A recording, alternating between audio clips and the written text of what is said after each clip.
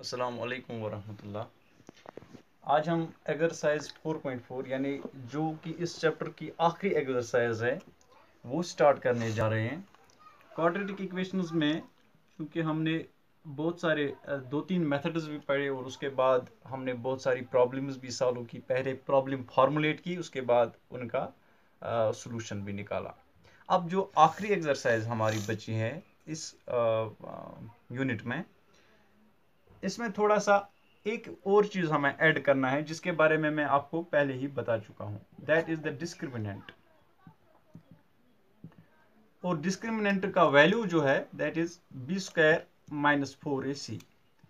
इस वैल्यू की बुनियाद पे यानी डी की बुनियाद पे अगर हम डिस्क्रिमिनेंट को कैपिटल डी से डिनोट करें, हम देख सकते हैं कि what should be the nature of the roots of the equation. अगर इस डी का वैल्यू 0 से ज्यादा आता है, means if it is positive, तब हमें दो अलग अलग जो है ना तरह के रूट्स मिलते हैं। Roots with two distinct values, जिनको हम शॉर्ट में लिखते हैं two distinct roots,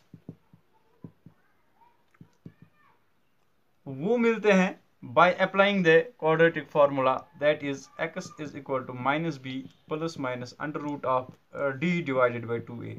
here instead of b square minus 4ac I am writing d।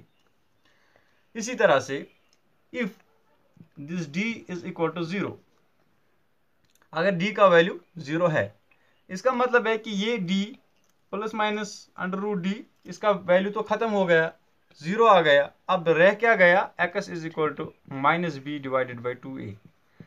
मैं लिखता हूं कि एक ही रूट हमें एक्चुअल में मिलता है minus B divided by 2a जिसका वैल्यू है।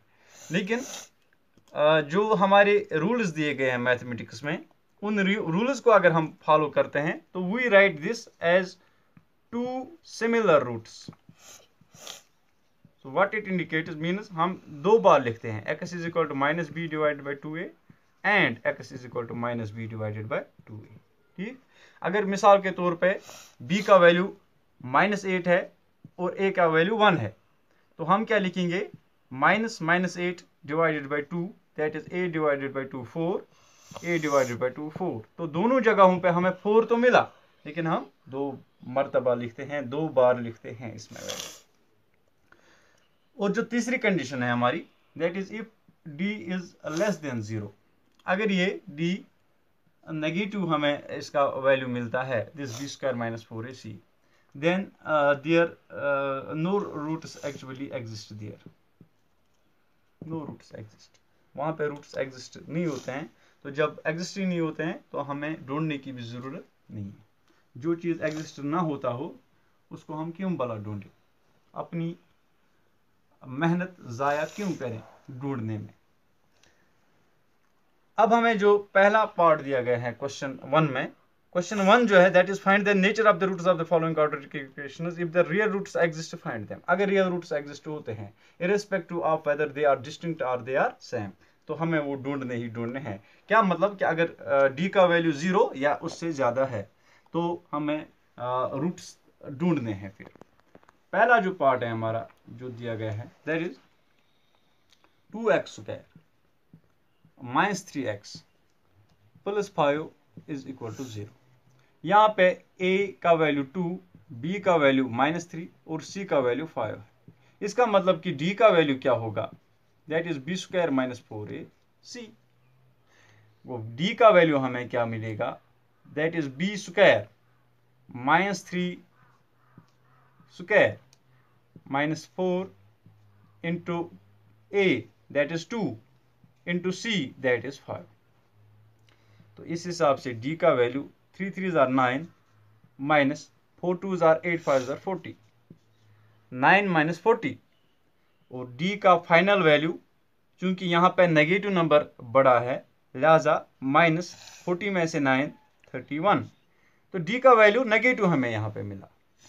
तो हम डायरेक्ट लिखेंगे सिंस डिस्क्रिमिनेंट या discriminant is less than 0, so no real roots exist। इसमें कोई रियल रूट्स एग्जिस्ट होते ही नहीं है। Means we have to stop this question right here. अब इससे आगे हम नहीं बढ़ सकते हैं, क्यों? जब रूट्स एग्जिस्ट ही नहीं हो रहे हैं तो हम कैसे ढूंढें? अब जो दूसरा पार्ट इसमें दिया गया है, क्वेश्चन नंबर 1 का जो दूसरा पार्ट है, that is 3x² minus 4 under root 3 x plus 4 is equal to 0।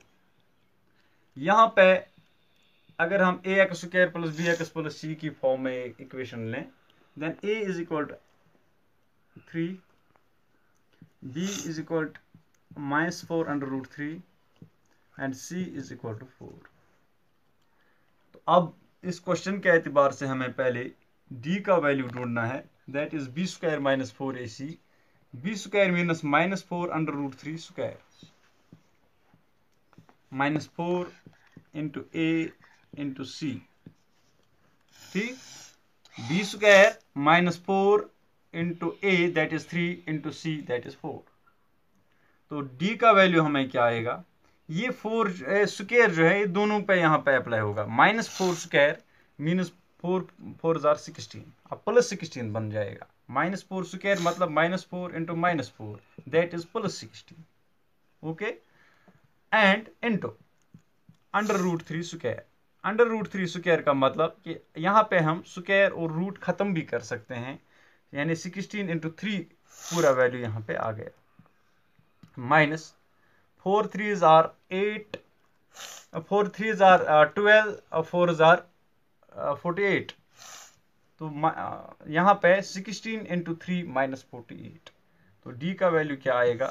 16 3s are 48 minus 48 that is 0। यानी 48 में से 48 निकालें तो कुछ नहीं रहता, मीन्स 0 रह जाता है। तो जैसा कि हमने ऑलरेडी सीखा हुआ है कि अगर d का वैल्यू 0 आता है, देन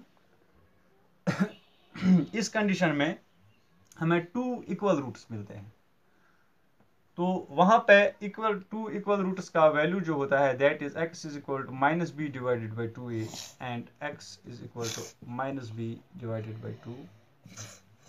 तो x का वैल्यू क्या आएगा? माइनस बी, माइनस b का वैल्यू इक्वेशन क्या थी हमारे पास? Minus 4 under root 3, minus 4 under root 3 divided by 2a, 2 into 3, a का वैल्यू 3। इसी तरह से यहाँ पे भी x is equal to minus 4 into minus 4 under root 3 divided by 2a, 2 into 3। Minus और माइनस यहाँ पे प्लस हो जाएंगे, minus into minus that is plus. तो वैल्यू क्या आ जाएगा? 4 under root 3 divided by 2 into 3।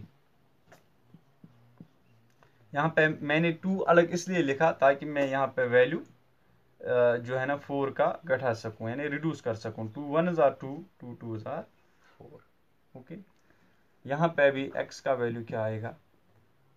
4 under root 3 divided by 2 into 3। तो फाइनल वैल्यू क्या आएगा हमें x का? x is equal to 2 under root 3 divided by 3। x is equal to 2 under root 3 divided by 3। तो ये हमें x का वैल्यू मिल गया। Means it has 2 equal roots where the value of x is equal to minus b divided by 2a, that is x is equal to 2 under root 3 divided by 3। दूसरा value भी x का यही आ जाएगा। ठीक, तो अब हम इसके बाद जो क्वेश्चन है उसके बाद जो लास्ट पार्ट है उस पे आ जाएंगे इंशाल्लाह।